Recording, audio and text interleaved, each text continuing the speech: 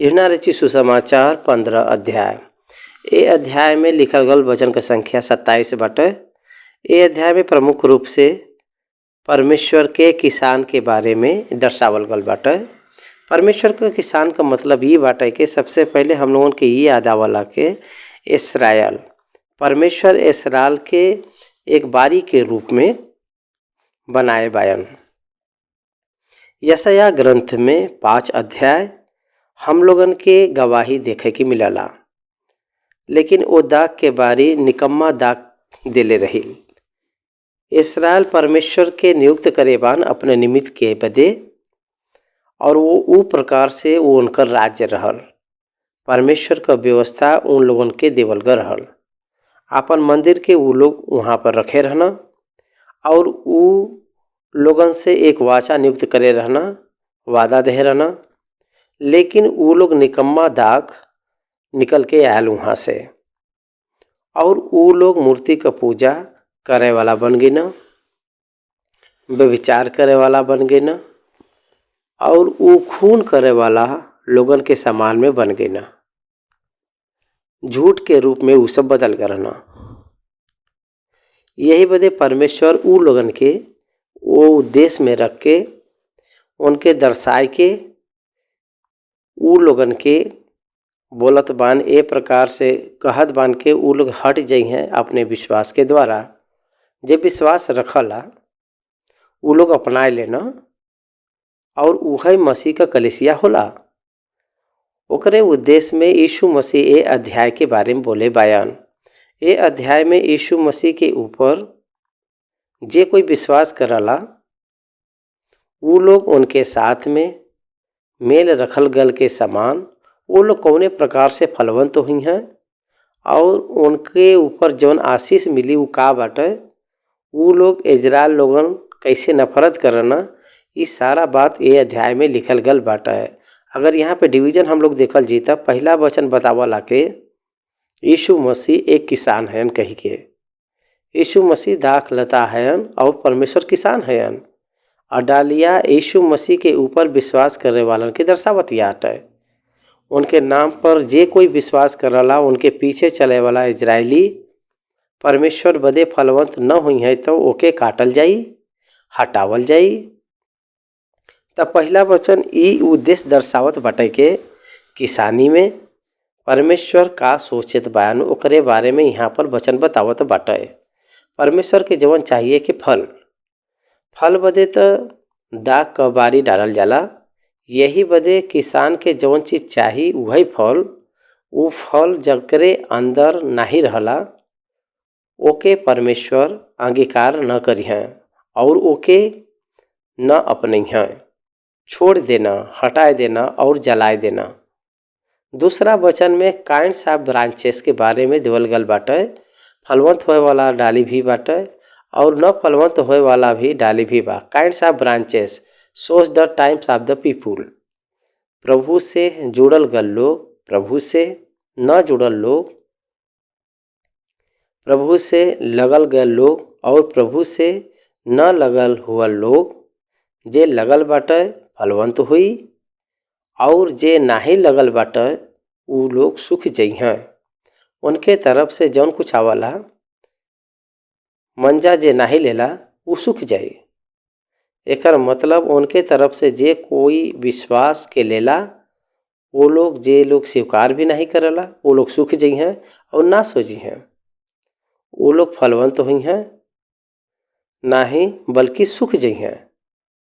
ओकरे बाद वो लोगन का स्थिति काट के हटावे के समान में हुई, कोनो काम के न हुई हैं। वो इजराइल के पस में भल बाटा है। तीसरा वचन में straight of the true believers, सच्चा विश्वासी कौने प्रकार से विश्वास में रही हैं, वो बहुत सारा फलवंत होए के समान में रही हैं। 4 और 5 जौन आयत बाटे फलवंत होए बदे कंडीशन का चाहिए, कौने प्रकार से रहे से वो फलवंत हुई हैं। 6वां वचन में यीशु मसीह उद्धार के निमित्त स्थिर रहे के जरूरत बाटे। 7वां वचन में जितना लोग उम्मीद स्थिर रही हैं उन लोगन का प्रार्थना का उत्तर कौने प्रकार से आई बतावत बयान। 8वां वचन में फलवंत होए वाला उद्देश्य का बाटे बतावल गल बाटे। 9वां वचन से लेके 14 वचन तक आशीष के बारे में बतावल गल बाटे। उम्मीद जे लोग स्थिर रहला लगल रहना उनके जौन होए वाला आशीष बाटे और उनकर स्थिति आशीष ये दोनों के बारे में बतावल गल बाटे। 15 से लेके 17 आयत तक जौन लिखल गल बा वचन, उ वचन में उनके साथ जे दोस्ती करला तो उ लोगन के होए वाला सबूत। एक बात में अगर कहल जाए तो it is to the power of the attorney to the believers Christian. 18 से लेके 21 वचन तक अगर कहल जाए तो काहे बदे सच्चा विश्वासी लोगन के संसार पैक करला। 22 से लेके 25 वचन के बीच में काहे बदे ये संसार मसीह के लोगन के घायल करला। 26 और 27 वचन में पवित्र आत्मा के द्वारा गवाही पावे क ओकर विवरण एमिन देवल गल बाटे। ई पूरा बात ई 15 अध्याय में कहल गल जात बाटे, ओकर विवरण यहाँ पर देवल गल बाटे। तो हम लोग पहला वचन से ध्यान करल जी। पहला वचन, सच्ची दाखलता हम हई और हमार पिता किसान हयन। आपके ध्यान देवे के बाटे पहला वचन में यीशु मसीह और पिता दोनों बायन। 26 वचन में ध्यान दिए तो पवित्र आत्मा परमेश्वर बायन आपन सहायक। ये अध्याय में पिता पुत्र पवित्र आत्मा परमेश्वर ये तीनों दाख के डाली से उ लोग काम करत बायन। पिता किसानी करत बायन, पुत्र वो दाख के डाली से संबंधित बायन। पिता पुत्र और पवित्र आत्मा परमेश्वर वो प्रतिफल का गवाही देत बायन। एमिन देखे के मिल सकला। यही बदे उद्धार का काम में पिता पुत्र पवित्र आत्मा और विश्वासी के विजय पूर्वक आशीष का फलवंत जीवन में ये तीन लोग का स्थान हम लोग देखे के मिल सकला। एक बात हम लोगों के हमेशा याद करे के बाटे, कोई भी अपने आप फलवंत नहीं हो सकला। Note it down. पिता पुत्र पवित्र आत्मा के सहायता न होई के कोई भी विश्वासी कभी भी फलवंत नहीं हो सकला। फलवंत का मतलब ई होला आत्मा का फल। गलतियों का पुस्तक 5 अध्याय का 22 वचन में जौन कहल गल बाटे वचन आत्मा के फल के बारे में, आत्मा का फल फलवंत न अगर होई तो वो विश्वासी परमेश्वर से रहल बाटे कह के जौन बात हम लोगन के समझ में नहीं आ सकला। एक वृक्ष का उद्देश्य ये होला के फल ओके पावा ही के बाटे। यही बदे फल ही प्रमुख चीज बाटे, फलवंत ही होए के बाटे। ओमिन स्थिर रह के भी न फलवंत हुई है सूखी है तो ओकरे वजह से फल का बाटे कह के अगर देखल जाए तो सिर्फ बोल ली प्रोफेसिंग। हम लोग ओमिन बनल बाईजा कह के तो बोलत बाईजा, लेकिन हम लोग ओमिन बनल नहीं बाईजा। अगर सच में अगर वो लोग बनल रही हैं तब फलवंत हुई हैं। यही बदे बोलत बान के हम सच्चा दाखलता है। काहे बदे यीशु मसीह अपने आप के सच्चा दाखलता के रूप में वो यहाँ पर बोलत बाया पता बाटे आपके जो सच नहीं बाटे वो दाग के रूप में जौन बाटे वो हवई के इजराइल। हम लोगन के रोमियो के पत्री 11वां अध्याय में अंजीर के विषय में एक दृष्टांत बतावल गल बाटे। अविश्वास के वजह से उन लोगन के काट देवल गल बाटे और विश्वास के जरिया मसीह के कलेसिया उन लोगन में जुड़ा बाटे और परमेश्वर से शांति पाइल बाटे। और उ लोगन के छोड़ देवल जाए तो आशीष बाटे तो उ लोग बने रहब और भी बहुताय से आशीष होए का कारण हुई हैं।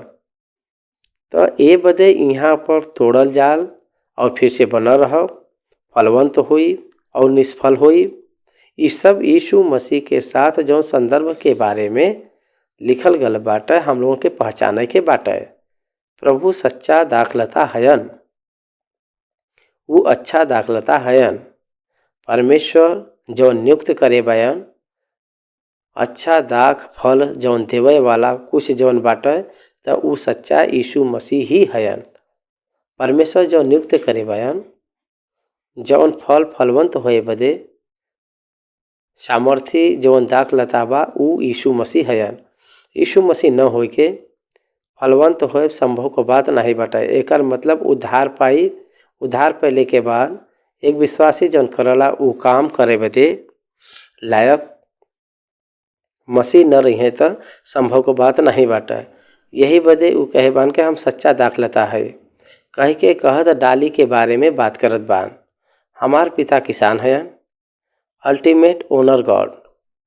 अल्टीमेट ओनर के बाटे पूछे लगल जाए त उ परमेश्वर ही हयन। किसान हस्बैंड मैन कहल जाला। यही बदे परमेश्वर मनुष्य के ऑपरेट करना ओकरे बदे एक महान एग्जाम्पल हम है।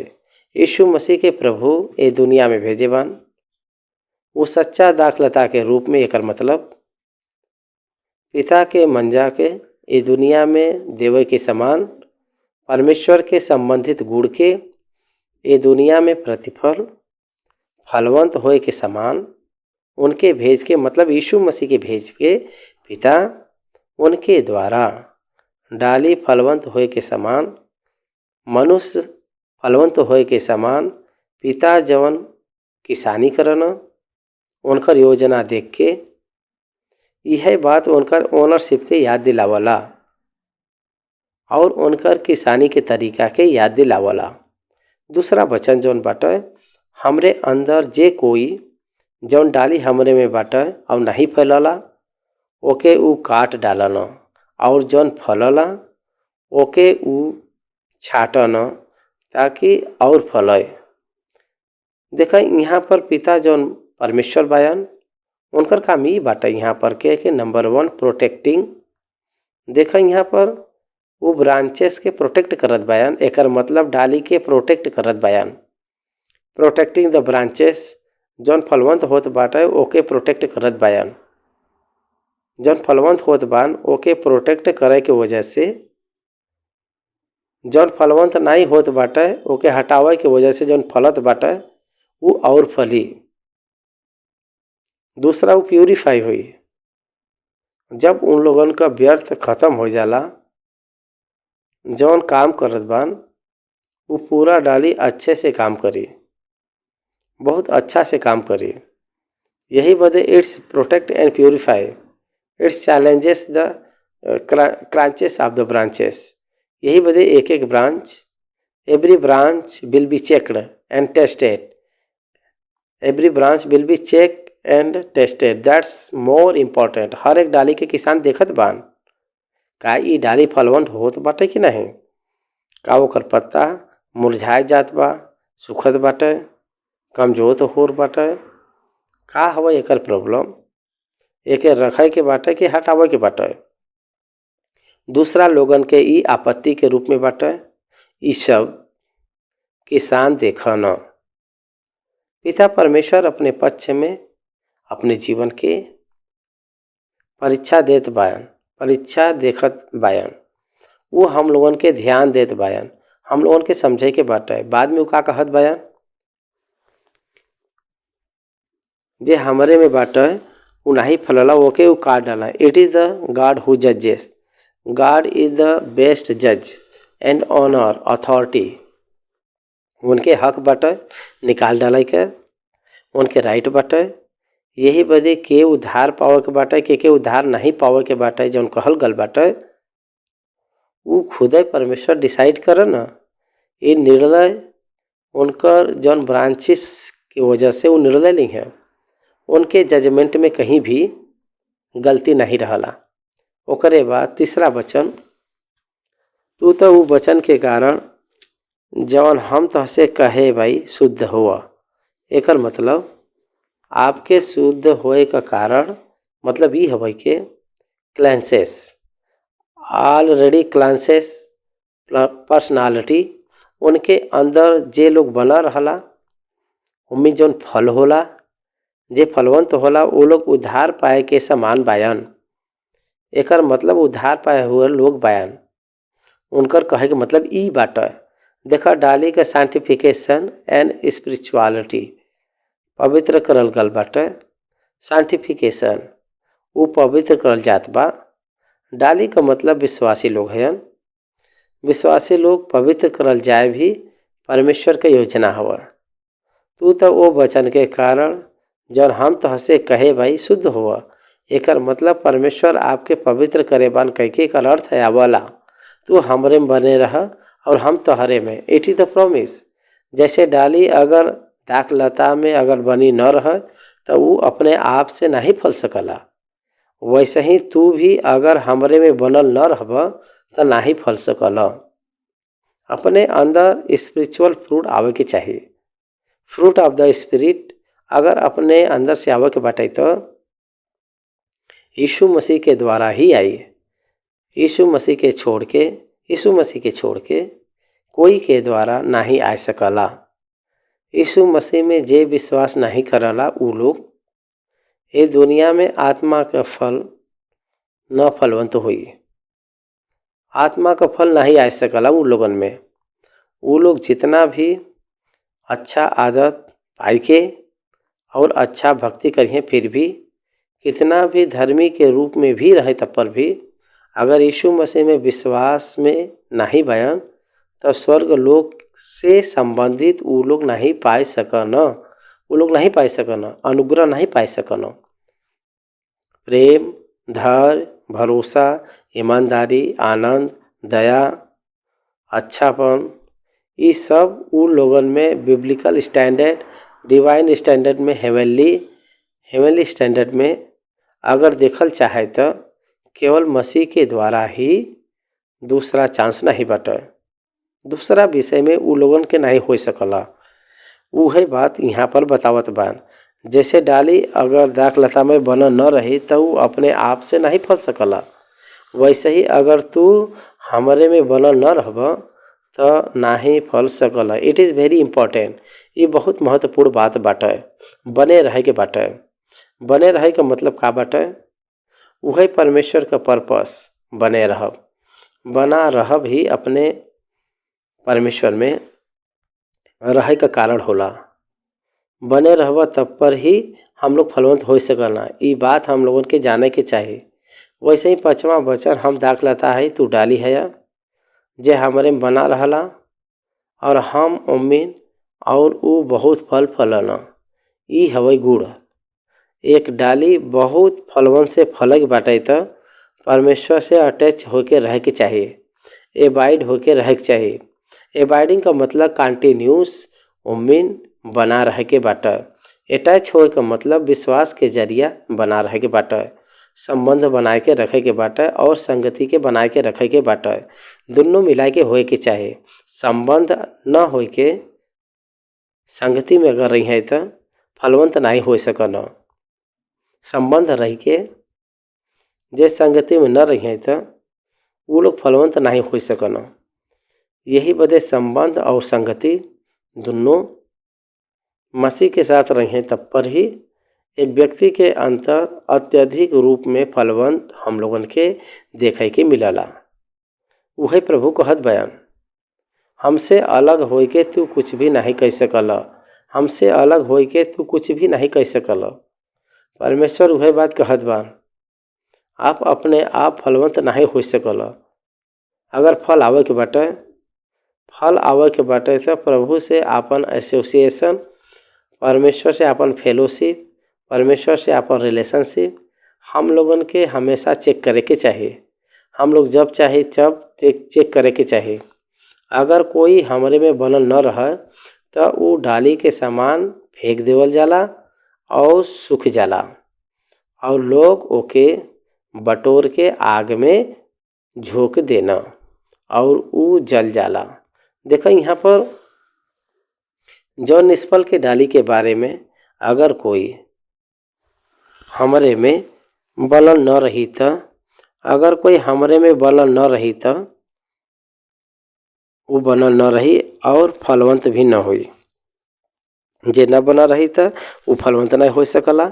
एकर मतलब बने रहे का मतलब विश्वास जौन बाटे ओके रह के चाहे, और बने न रह के मतलब विश्वास में न रहब।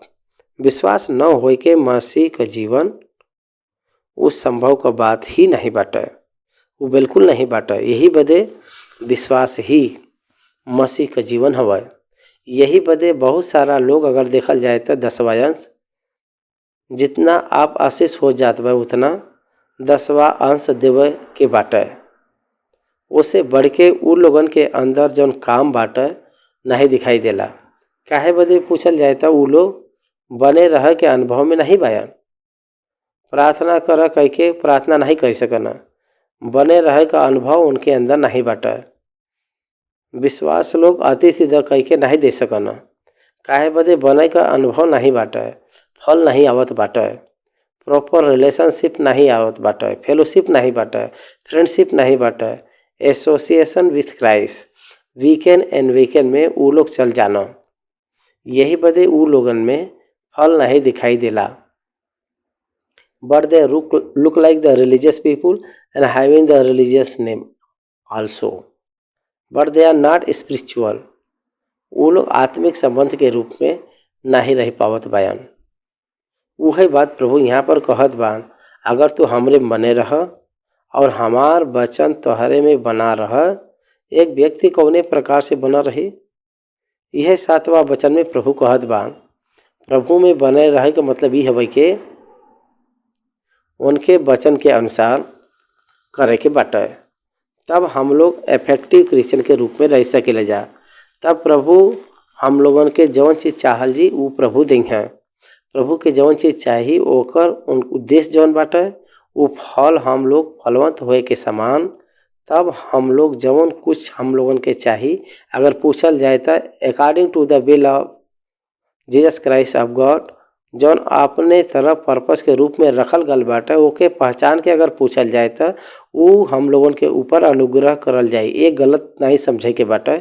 आपके जौन चीज़ चाहिए एकर मतलब ये हवे कि हम लोगन के जौन इच्छा बाटे वो नहीं, प्रभु के उद्देश्य के अनुसार आप लोग उनसे बने बदे उनके बदे जौन कुछ प्रयास करे बदे जौन कुछ चाहिए था आपके ऊपर अनुग्रह करल जाए। 8वां वचन 7वां वचन में प्रार्थना का उत्तर वादा के रूप में बाटा है। हम लोग प्रार्थना करल जी तो ओकर उत्तर पावल जी, आपन प्रार्थना का उत्तर प्रदान करल जाए, लेकिन हम लोग अपने उद्देश्य के जांचे के चाहिए। 8वां वचन, आप बहुत से मतलब हमरे पिता का महिमा यही से होला के तू बहुत सा फल लियावा तब तू हमार चेला ठहरब। हम लोगन के बहुत फल लावल जी तो केकर नाम आई, केकर महिमा हुई, पिता का।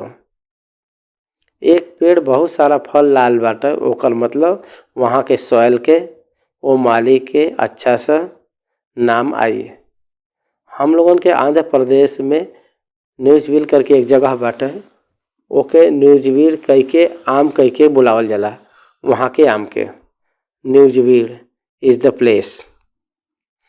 वो फ्रूट वो प्लेस के बड़ाई लाइल बाटे, ओकरे मालिक का बड़ाई करे बाटे। फलाना व्यक्ति के बारी में फल का मतलब वो एक नाम बाटे। It's indicate the soil and nature, वो धरती का प्रत्येकता एकर मतलब वो फल का स्वाद। वैसे ही 8वां वचन में लिखल गल बाटे के हमार पिता का महिमा यही से होला के तू बहुत सा फल लियावा। देखा अगर 100 गुना प्रतिफल आपके अगर फलल बा तो प्रभु का महिमा हुई, आपके प्रभु का महिमा होला, तभी तू हमार चेला ठहरबा। एक बात से वो कन्फर्म करे बयान। डिसाइपल मतलब के हवा, जे फलवंत होला, जे फल लिया वाला, बहुत ज़्यादा फल लिया वाला वो लोग, परमेश्वर का संबंध में रहे वाला, परमेश्वर के संगति में रहे वाला, परमेश्वर के साथ दोस्ती करे वाला, परमेश्वर के साथ लीन रहे वाला, परमेश्वर से लगा रहे वाला और परमेश्वर के द्वारा पावल गए लोग और परमेश्वर के इच्छा के पूरा करे वाला लोग, तब अत्यधिक रूप में वो लोग फलवंत होए के समान रही हैं, तब चेला के रूप में ठहरी हैं वो लोग। कुछ भी न हो के हम लोग मसीह कह के बोल रही लजा, जीवन में बदलाव न हो के, जीवन में आध्यात्मिक न हो के, जीवन में स्वर्गलोक का मूल्य के अपने ऊपर छाया न हो के भी हम लोग मसीह वाला है, हम लोग सेवक है, हम चेला है कह के बोल रही लजा। यही प्रभु कहे बयान, आप लोगों के बहुत सारा फल लिया बाटे, तब प्रभु का महिमा, तब आप लोग हमारे चेला होंगे। पिता के महिमा नहीं लावत बाया तो वो चेला कह के बुलवाए ले, वो सही तरीका नहीं है। परमेश्वर के महिमा आवत बाटा आपके जीवन से, आपके व्यवहार से, आपके कार्य से परमेश्वर का महिमा आवत बाटा। का आपके काम से प्रभु का महिमा होत बाटा। का परमेश्वर महिमा पावत बान आपके द्वारा ये समाज में। वो चेला लोग अपने आप के जब चाहिए तब जांच लेवे के चाहे। 9वां वचन, जैसे पिता हमसे प्रेम रखना वैसे ही हम भी तुझसे प्रेम रखीला, हमरे प्रेम में बने रह। हमरे प्रेम में बने रहे का मतलब का बाटे पता बाटे? हमसे प्रेम रखे का मतलब का बाटे? वही 10वां वचन में लिखल गल बाटे, अगर तू हमरे आज्ञा के मनब तो हमरे प्रेम में बना रहब, जैसे कि हम अपने पिता के आज्ञा के माने भाई और उनके प्रेम में बना रहिला। अगर प्रेम कह के शब्द बाइबल में अगर कहीं भी आवता तो ओके आज्ञा कनेक्ट कह के रहला। पहला यूहन्ना का पत्री 1 अध्याय में जे प्रेम करला वो आज्ञा का पालन करला कह के कहल गल बाटे। वो वचन में यही बदे प्रेम करे का मतलब वो अंदरूनी में कह के नहीं दिखाई देला, लेकिन बाहरी रूप में बाहर के तरफ से बाहर जो दिखाई देला वो हवे के काम। यही बदे परमेश्वर से प्रेम करत बान। एकर मतलब परमेश्वर जौन कहे बान वो बात के करब। यीशु मसीह से हम लोग प्रेम करत बाई जा। कब कही ले जा हम लोग? यीशु मसीह जौन कहे बयान वो काम। यीशु मसीह कौन सा बात हम लोगों के बोले बयान? पवित्र जीवन जीवे बदे कहे बान। साइंटिफिकेशन, पवित्र जीवन जिए बदे कहे बान। दूसरा बात, आत्मा के बचाव बदे कहे बान। सुसमाचार के प्रचार बदे कहे बान। सॉल वेलिंग कहे रहे बदे कहे बान। आध्यात्मिक के रूप में रहे बदे कहे बयान। दुनिया से अलग रहे बदे कहे बान। ये सब आज्ञा हवा। और सबसे महत्वपूर्ण, एक दूसरे से प्रेम करे बदे कहे बयान। पिता के प्रेम करे बयान। यीशु मसीह कैसे? पिता जौन आज्ञा दिले बान ओकरे अनुसार चल रहना और उनका मृत्यु भइल। लेकिन हम लोग अपने प्रभु से प्रेम करत बाईजा कैसे बता चली? अपने जीवन में प्रभु जौन दिले बयान उ काम ओके काम करब ही उनसे प्रेम करे के रूप में वो प्रकट हुई। प्रभु जब हम लोगों के संदेश दिले बयान काम के रूप में लोगन के बीच में बतावे बदे हम लोग प्रभु से प्रेम करत बाई जा। ये प्रकार से हम लोग समझ सकी जा। 11वां वचन, हम ई बात तोहरे बदे ए बदे कहे बाई के हमार आनंद तोहरे में बना रहे और तहार आनंद पूरा हो जाए। सच्चा आनंद परमेश्वर से प्रेम करे में बाटे और उनकर आज्ञा का पालन करे में बाटे। परिपूर्ण आनंद अपने अंदर रह के बाटे तो अपने अंदर आवक चाहिए तो परिपूर्ण रूप में उनके आज्ञा के अधीन होए के बाटे। परिपूर्ण रूप में उनके प्रेम करे के बाटे।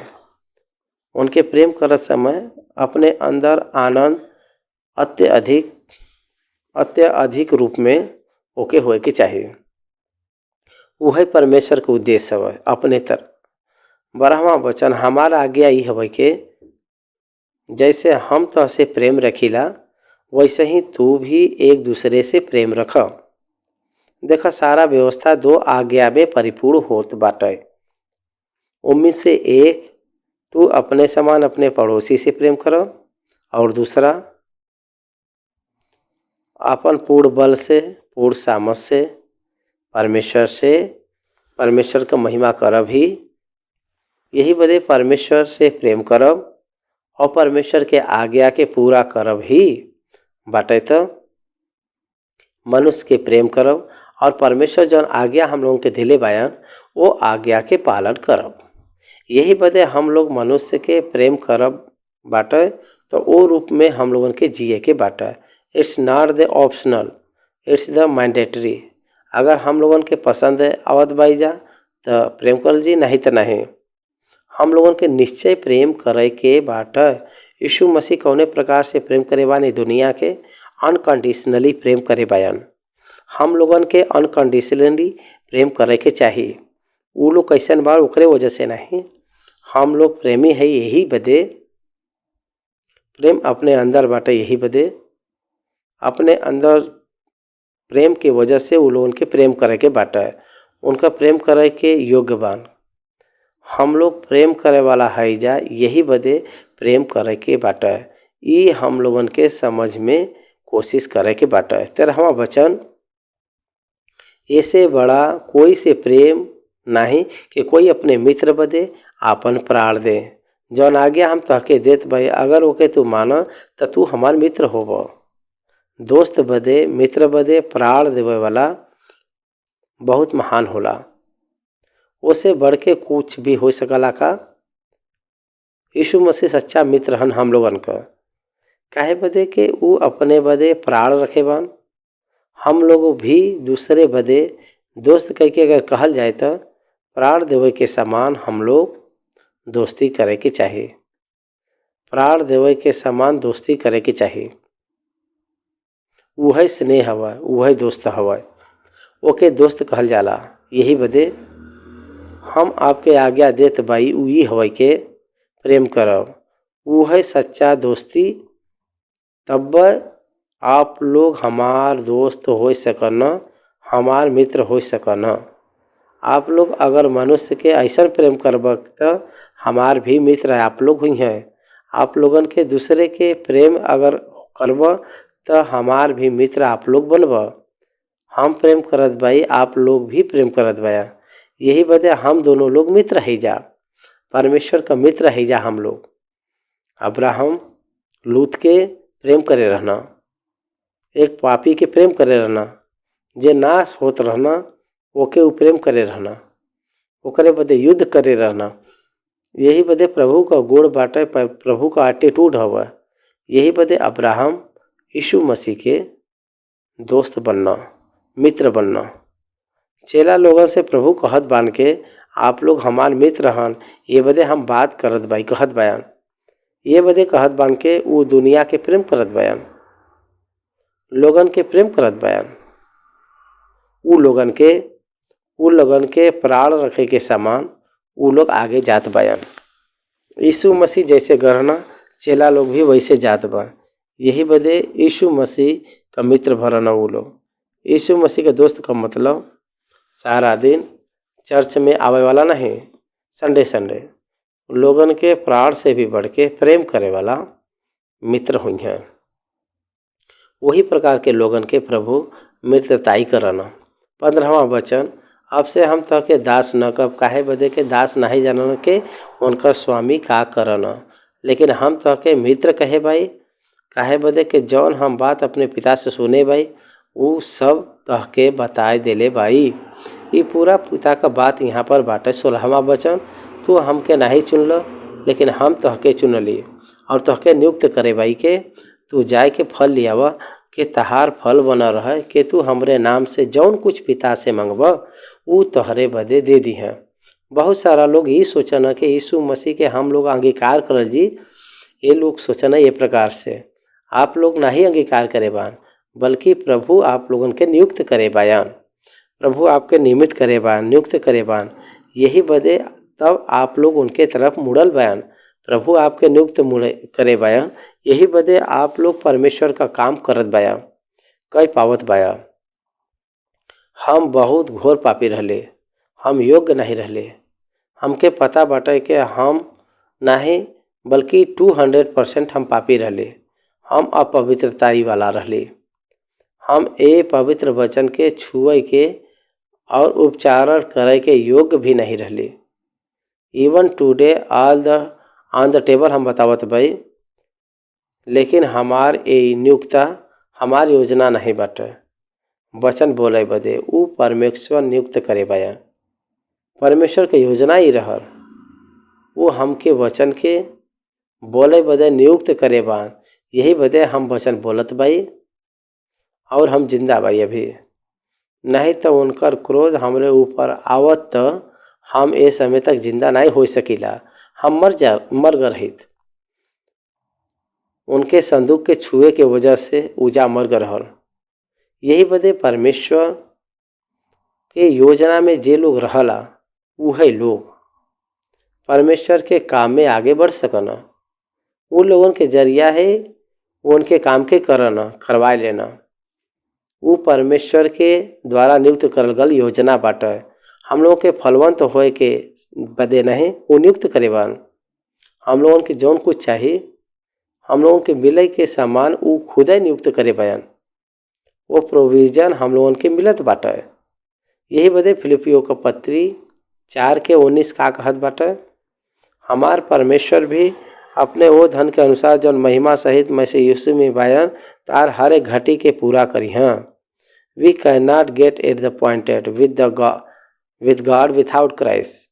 यीशु मसीह न हो के हम लोग परमेश्वर के संदर्भ में नहीं जा सकेला जा। हम लोग संगति नहीं कर सकेला जा, उनके करीब नहीं जा सकेला जा। यीशु मसीह में बाई जा। यही बदे हम लोग परमेश्वर से शांति पावत बाई जा। परमेश्वर के करीब हम लोग मुँह गल बाई जा। परमेश्वर से हम लोग निवास करत बाई जा, संगति कर पावत बाई जा। वही कभी भी भूले के नहीं बाटे। ये बात के आज्ञा हम तो के ये बदे देत बाई के तू एक दूसरे से प्रेम रखो। देखा यहाँ पर तू एक दूसरे से प्रेम रखो। ये बात की आज्ञा हम तो के ये बदे देत बाई के तू एक दूसरे से प्रेम रखो, आज्ञा देत बाई। ये पूरा सत्य का बात काहे कहत बा, काहे बदे कलेसिया से प्रेम करे के बा, सेम और वृद्धि करे के चाहिए। बैरियस इज द चर्चेस के देखे के बाटा, डिनोमिनेशन बैरियस देखे के मिटाई के बाटा, डॉक्ट्रिन सब कुछ कटे के बाटा, फेथ बेस्ड क्रिश्चियनिटी इस्टाब्लिश होए के बाटा। हम सब लोग एक ही शरीर है जा, कह के जौन सोच अपने अंदर स्थिर होए के चाहिए। 18वां वचन, अगर संसार तहसे बैर रखला तो तू जानल के वो तहसे पहले हमसे बैर रखे बा। अगर तू संसार के होता तो संसार अपने से प्रेम रखला, लेकिन ये कारण कि तू संसार के ना है बल्कि हम तो के संसार में से चुने भाई। यही बदे संसार तहसे बैर रखला। That's the reason. दुनिया हम लोगन के नफरत करे के कारण का बाटे पता बाटे? बैर काहे करता पता बा? यीशु मसीह हम लोगन के नियुक्त करे बा, केवल यही कारण बाटे। हम लोग बिलवस के रूप में बदलब ही यही बदे यीशु मसीह ससुर सासू माँ बहू सास बहू के बीच में आग डाला आल बयान कह के कहे बाने कर मतलब का बाटे? अगर सासू माँ विश्वासी बन जाए तो बहू ओके बैर करला, अगर बहू विश्वासी बन जाए तो सासू माँ ओके बैर रखल है। काहे बदे के वो लोग परमेश्वर के बैर करत बा, यीशु मसीह के बैर करत बान। यही बदे हम लोगन के वो लोग बैर रखत बान। यीशु मसीह के बैर रखे का मतलब रखे तो हम लोगों के भी बैर रखे। जे कोई यीशु मसीह से प्रेम रखला तो यीशु मसीह के हम लोग अंगीकार करे के वजह से वो हम लोगों से बैर नहीं रखला। हम एक वीडियो देखे रही आज, वो वीडियो में ये बाटे के कोई एक व्यक्ति सुसमाचार प्रचार करत बान तो दूसरा व्यक्ति वो सुसमाचार प्रचार करे वाला व्यक्ति के आके जोर से पूछत बा के ई के अधिकार तहके देले बाटे। पूछत बा तू काहे बदे आल बा सड़क पर सुसमाचार प्रचार करे बदे? आप सभी लोगन बदे हम दूसरा सर्टिफिकेट दे देब, MR दे देब। डीएम जौन पूछला 24 पर मिस करके वो बहुत जोर से बात करत बा। ऐसे कहत वो ये बोला रहल के हम लोगन के और 2 परमेश्वर ऐड हुई हैं इफ इट इज़ ट्रू। वो व्यक्ति उतना धीरे से वो बात के लेतन तो उतना वो बवाल नहीं मचत। आपके कौन अधिकार बाटे वो नहीं पूछतन। अगर सच में अगर वो दोनों भगवान के ऐड करे वाला ही अगर वो रहे तो ये लोगन के काहे बदे क्वेश्चन पूछिए ना पूछी हैं। यही बदे दुनिया यीशु मसीह के बैर कैले के बाद ही आपके और हम लोगन के बैर रखी। ये बात की याद रखे के बटा। यीशु मसीह के जे व्यक्ति प्रेम रखना तो यीशु मसीह के जे विश्वास कर रखला तो वो व्यक्ति के प्रेम रखला। यीशु मसीह के जे लोग नफरत करला वो यीशु मसीह के विश्वास करे वाला ऊपर वो नफरत रखला। यही बदे यीशु मसीह कहना, हे कलीसिया आप एक दूसरे से प्रेम रखा। यही बदे एक दूसरे से प्रेम रखा कहे बयान, एक दूसरे से प्रेम रखे बदे सेम और वृद्धि के खाएला। दुनिया सेम और वृद्धि नहीं करला। दुनिया जब धिकारी, दुनिया विसर्जन करला, दुनिया हम लोगन के इनकार करला, हमसे दोस्ती करब नहीं चाहला। अगर हम लोग दुनिया के साथ दोस्ती करे बदे अगर हम लोग चाहल जी तो दुनिया हमसे स्नेह करे बदे वो नहीं चाहला। काहे बदे कि ओकर पैरामीटर अलग बटे। हम लोगन के दैविक अनुशासन में रही जा। दुनिया के आशा से भरल रहला। वो अपने अंदर न रहे के वजह से वो लोगन के विस्मय रूप में दिखाई देला दुनिया वालन के। यही बदे हम लोग पागल के समान हम लोग दिखाई दे ही लजा उ लोगन के, दुनिया वाले लोगन के। दुनिया एक विश्वासी के दोस्ती करत बाटे, एकर मतलब वो विश्वासी के अंदर कुछ न कुछ कमी बाटे। एकर कह के अर्थ आवला वो दुनिया के संबंध व्यक्ति बा कह के एकर मतलब ही होला। एक विश्वासी से दुनिया नहीं मिल पावत बाटे, अलग से देखत बाटे। एकर अर्थ ही हवे के वो परमेश्वर के संबंध व्यक्ति के रूप में वो व्यक्ति बा। हम दुनिया से आपसे नियुक्त करे भाई, ओकरे ही वजह से दुनिया आपसे नफरत करी, बैर रखी। काहे मसीह वालों के दुनिया बैर रखला पता बाटे। हम लोग स्वर्ग लोग जाल जी और बाकी सब लोग नरक में जइहा। ये लोग कहना यही बदे ये लोग चाहे था। इन लोगों का मतलब उन लोगों को बहुत नफरत बाटे। का हम लोग नहीं जाना न का हम लोग स्वर्ग लोक में नहीं जा सकेला जा? का हम लोग परमेश्वर के एकता में न रहल जी? का हम लोग परमेश्वर के पास न जाल जी? का केवल आप अकेले जइबा? केवल यीशु मसीह ही लेके जइहें और बाकी लोग न ले जइहें? Yes, that is the major of the thought, main objection of the word. They denied Christ and his salvation. उ जौन देत बान उद्धार के उ लोग धिक्कारे बयान। दुनिया ए बदे बैर रखला। विश्व वचन जौन बात हम तो से कहे भाई, दास अपने स्वामी से बड़ा नहीं होला, ओके याद रखब। अगर वो हमके सताए बा तो तोहके भी सतई हैं। अगर वो हमार बात माने बा तो तहार भी मनी है। हमरे बात के जे मानी वो आपका बात भी माने। जे हमके सताए बा वो आपके भी सताए। एके याद रखे के बाटे। जे मालिक के भी नफरत करे बाटे तो ओकरे सेवक के भी नफरत न करी है का? याद करे के बाटे ये बात। जे मालिक के नफरत करे बाटे तो का उ दास के नफरत नहीं कर सकला? कभी ऐसा नहीं सोचे के बाटे कि सेवक बहुत महान हन। जे मालिक के सब लोग नफरत करी हैं तो उनके दास के भी नफरत करी हैं। तो यही बात याद करे के बाटे कि आप लोगन के दुनिया आदर न करी, आपके साथ दुनिया दोस्ती न करी, आपके दुनिया एक्सेप्ट न करी। यही बदे हम लोग उनके साथ बने रहे के बाटे। 21वां वचन, लेकिन इस सब कुछ हमरे नाम के कारण तोहरे साथ करिए, काहे बदे वो हमरे भेजे वाला के नहीं जानना। ये पूरा कारण ये हवे के उ लोगन के परमेश्वर का मतलब के हवे नहीं पता बाटे। परमेश्वर का योजना का बाटे नहीं पता बाटे। परमेश्वर यीशु मसीह के काहे नियुक्त करे बा नहीं पता। यीशु मसीह में ही उद्धार करी थी, कौने प्रकार से बनाए बान परमेश्वर दुनिया के पता नहीं बता। यही बदे वो लोग यीशु मसीह के धिक्कारन। यहूदी लोगन के खुद समझ में नहीं आ रहा। परमेश्वर के करीब में हम लोग बाईजा जौन लोग सोचे रहना यहूदी लोग, वो लोग परमेश्वर के गुण के, परमेश्वर के व्यवहार के, परमेश्वर के विधि के वो लोग नहीं समझ पाए रहना। वो लोगन के समझ में नहीं आ रहा यहूदी लोगन के। जब तक वो लोगन के नहीं समझ में आ रहा तब तक वो परमेश्वर से दूर रही हैं।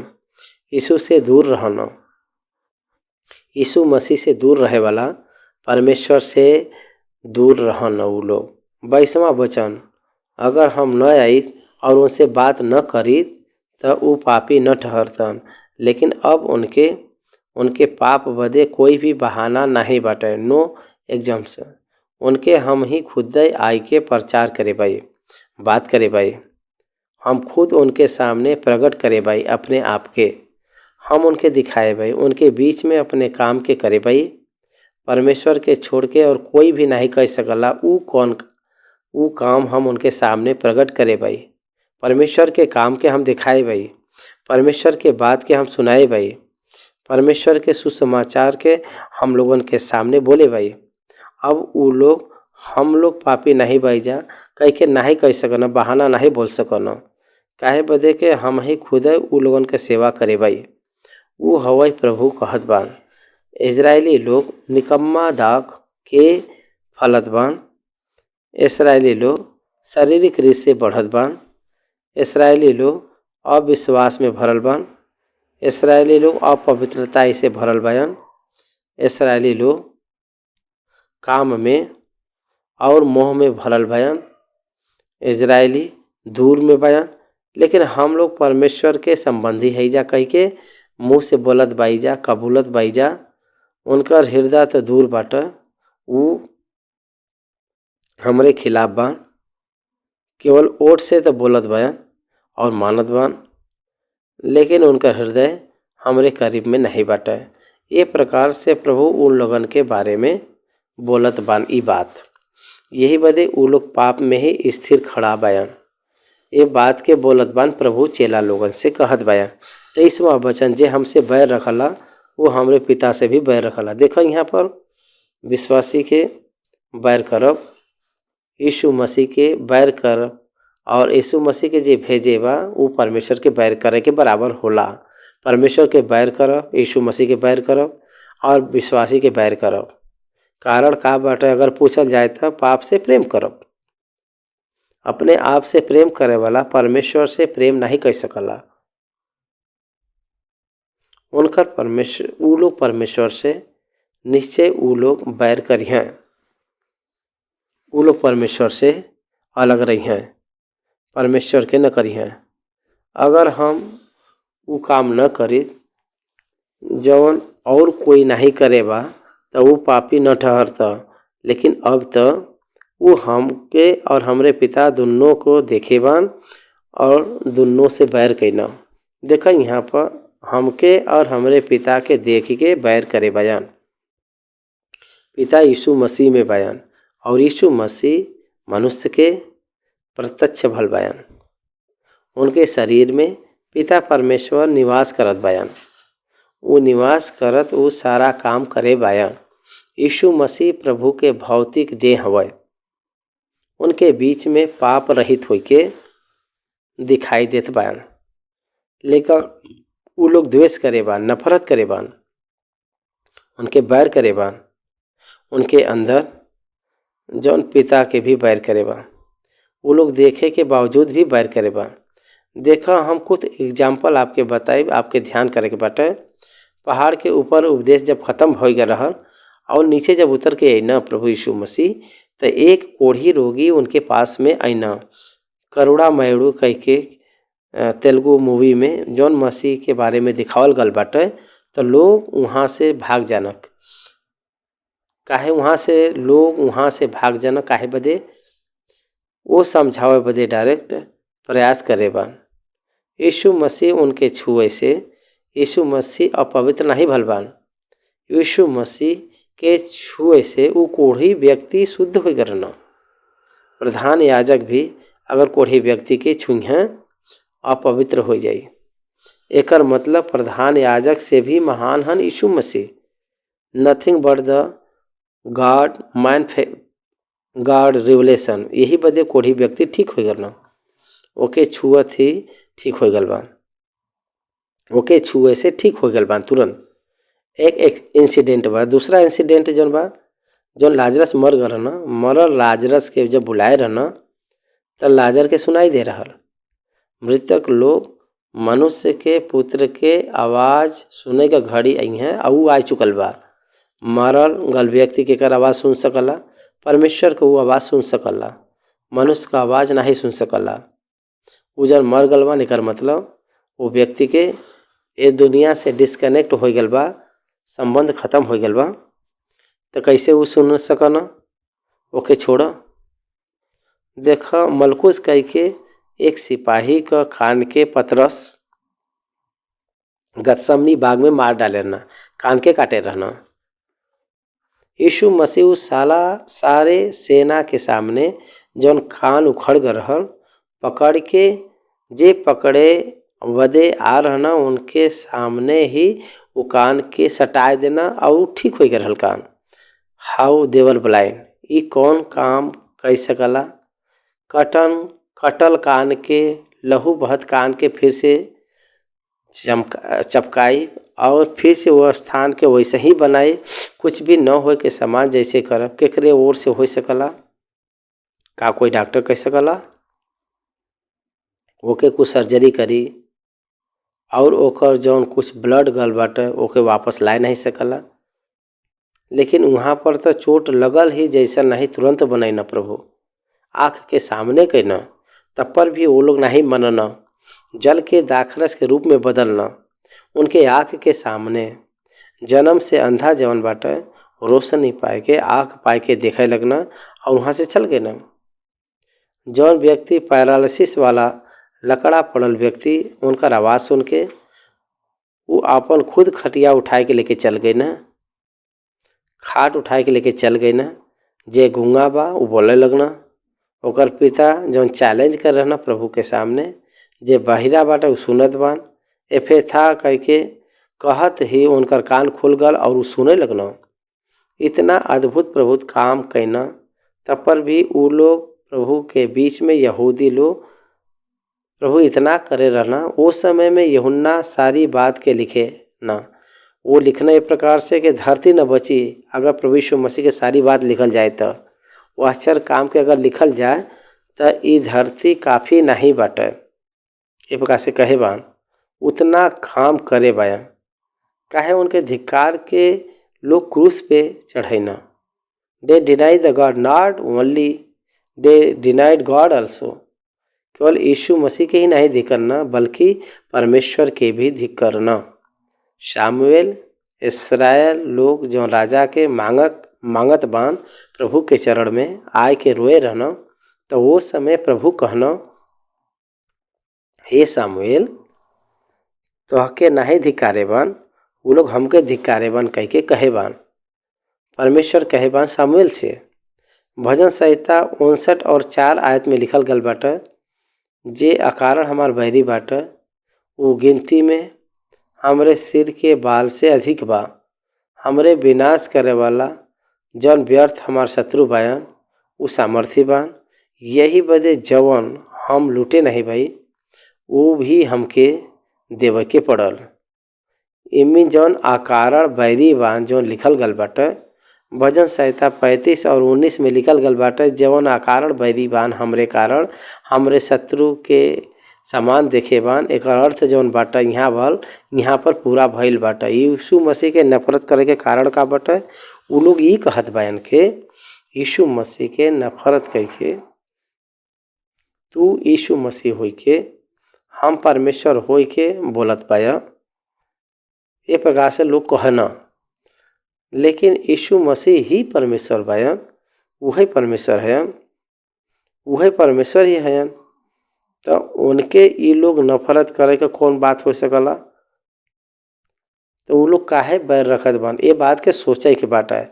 वह 26 और 27 में लिखल गल बाटे, पवित्र आत्मा के वजह से हम लोग गवाही के रूप में रहल जी कह के बतावल गल बाटे 26वां वचन। परंतु जब वो सहायक ही हैं जेके हम तहके पिता की तरफ से तेरे पास भेजा, मतलब सत्य का आत्मा जौन पिता की ओर से आवला, तो ऊ हमार गवाही दही और तो हम हमार गवाह हया। काहे बदे कि तू शुरुआत से हमरे साथे बाया, यूनाइटेडली गिव द टेस्टिमनी। हम लोगन के गवाही दे के समान पवित्र आत्मा के द्वारा हम लोग चलल जी। नियुक्त करल जाल जे। यस, हाँ, अपन गवाही सतवा काहे बदे पवित्र आत्मा अपने अंदर रह के उ गवाही देत बाटे। यही बदे पवित्र आत्मा परमेश्वर आपन सहायक के अपने बदे भेजल जात बान कह के उ प्रेरित के पुस्तक में 2 अध्याय के पहले ही बतावल गल बाटे। यीशु मसीह उ अपने जीवन में जौन होए जात बाटे ओकरे बारे में बताए बयान और कलीसिया के जौन होए जात बाटे वो विषय के बारे में बताए बयान, उनका दूसरा आगमन के बारे में बताए बयान, दुनिया में जौन जौन योजना बाटे उ सब विवरण दे के ही गल बयान पहला आगमन में। यही बदे उ लोग में हम लोगों के खड़ा रहे के बा, बना रहे के बाटे, उम्मीन स्थिर हो के हम लोगन के फलवंत होए के बाटे। वो प्रकार से हम लोगन के लगे रहे के बाटे, उम्मीद से फल के बाटे, बहुत सा फलवंत होए के बाटे। यही बदे हम लोग नियुक्त करल गल बई जा। वह परमेश्वर का महिमा होए के कारण होला। परमेश्वर के आज्ञा का पालन करके उनके संतान के सम्मान जीवे के बाटे। बहुत सा फल बदे परमेश्वर हम लोगन के नियुक्त करे बयान। जितना फलल जी उतना हम लोग चेला कह के जौन नाम परमेश्वर ए दुनिया में हम लोगन के अनुग्रह दी हैं। यही बदे 15वां अध्याय हम समाप्त करत भाई। एक बात आप लोगन के याद करे के बाटे, पिता किसान हयन, ही इज द ओनर,